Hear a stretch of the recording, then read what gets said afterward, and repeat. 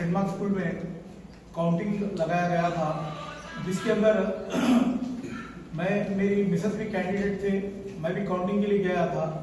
तो वहाँ पे उन लोगों का एक सिस्टम था, गाइडलाइंस की क्या था, पहले तो फोन रख दो, फोन नहीं लेके जाना अंदर, फिर एक पोलिंग एजेंट और एक काउंटिंग एजेंट दोनों ही अंदर जाना, और दोनों के पास भी इवन एक पेन लेके भी जाने नहीं दिए।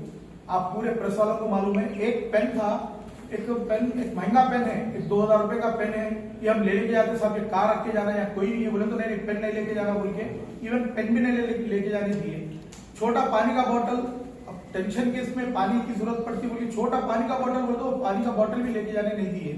फिर जब इतना स्ट्रिक्ट हम लोगों को करे वहां पे अंदर जाने के लिए काउंटिंग में, जब 5 वार्डों का अभी रिजल्ट अनाउंस हुआ ही नहीं, 5 वार्डों का रिजल्ट अभी अनाउंस करना बाकी है, काउंटिंग चालू है।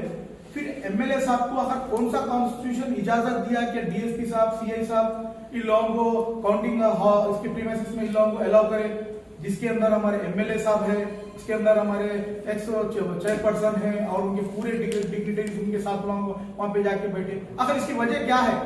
आखिर आप लोग रिजल्ट को क्या करना बोल के क्या चाह रहे थे? कौन सा ऑफिसर को आप लोग प्रेशराइज करके रिजल्ट को चेंज करना चाह रहे थे, जिसके अंदर हमारे दीपा मैडम का भी रिजल्ट आना बाकी था। तो इन लोगों की पूरी चाल है, ये चाल इन लोगों की मालूम करके ये रिजल्ट्स को उन लोग उल्टा सीधा करने वाले मुझे मालूम होके रोहित रेड्डी साहब वहां पे गए। वहां पे जाके सिर्फ उनसे ये सवाल करे कि भाई आप लोग कौन से कॉन्स्टिट्यूशन के राइट्स के हिसाब से वहां पे इन लोगों को अलाउ करे, जबकि 2 जनों को हम लोग, अब हमारे जितने भी कैंडिडेट्स थे हम लोग वहां पे बहस करे मॉर्निंग कि भाई दोनों नहीं, लास्ट टाइम पे जब 2020 में इलेक्शन हुए थे 3 जनों को अलाउ करे थे वहां पे, कम से कम अंदर काउंटिंग हाल में 2 जनों को तो भी अलाउ करो बोल के बोले तो नहीं करे। अब हम लोग कैंडिडेट्स को अलाउ नहीं करके फिर ये एमएलए साहब के हिसाब से क्या हिसाब से आप लोग अंदर अलाउ करें? इसको हम लोग वहां पे हमारे रोहित रेड्डी साहब जाके सवाल करने गए तो उनके ऊपर नॉन बेलेबल सेक्शंस लगा के उनके ऊपर अरेस्ट करने के वास्ते उनके घर के ऊपर 50-50 गाड़ियां देके 50-50 पुलिस वाले तांडू से मणिकोंडा पहुंच गए। आखिर ऐसा क्या कर दिए थे? अच्छा, इन लोगों का इलेक्शन कोड ऑफ कंडक्ट कौन वायलेशन करे? एमएलए साहब नहीं करे, एमएलए साहब के जितने भी उनके पार्टी लीडर्स है उन लोग वायलेशन नहीं करे। फिर उन लोगों के ऊपर श्रीशैल रेड्डी साहब, नरेंद्र गौड़ साहब हम लोग जाके पुलिस स्टेशन में कंप्लेंट करें। फिर अब तक आप लोग क्या एक्शन लिए उसके ऊपर? बोले तो रूलिंग पार्टी के ऊपर आप लोगों का एक जस्टिस रहता और हम लोग अपोजिशन वालों के ऊपर एक जस्टिस रहता। मैं पुलिस डिपार्टमेंट से, मैं कलेक्टर साहब से, स्टेट इलेक्शन कमीशन से और हमारे तांडव सीए साहब से गुजारिश कर रहा हूं कि आप लोग जस्टिस दोनों को भी इक्वल करिए। उन लोग इलेक्शन कोड को वायलेशन करे, उन लोगों के ऊपर हम लोग कंप्लेंट करें तो आप लोग कोई उन लोगों के ऊपर एक्शन नहीं ले रहे, जबकि हमारे जो एक फॉर्मर एमएलए है उनके ऊपर और उनकी टीम के ऊपर उनके नॉन बेलेबल सेक्शंस लगा के उनको अरेस्ट करके यहाँ से मणिकोंडा चले गए। आप लोग समझ रहे हैं हम लोग डर गए, घबरा गए? नहीं है। लास्ट इलेक्शन में हमारे रूलिंग पार्टी में रोहित रेड्डी साहब एमएलए थे, उनके भी भाई थे, रितेश रेड्डी साहब भी थे, उनके भाई कभी कोई इलेक्शन में कोई आके पोलिंग बूथ विजिट करे क्या? रोहित रेड्डी साहब के भाई कोई पोलिंग बूथ आके कभी कोई इलेक्शन में विजिट नहीं करे।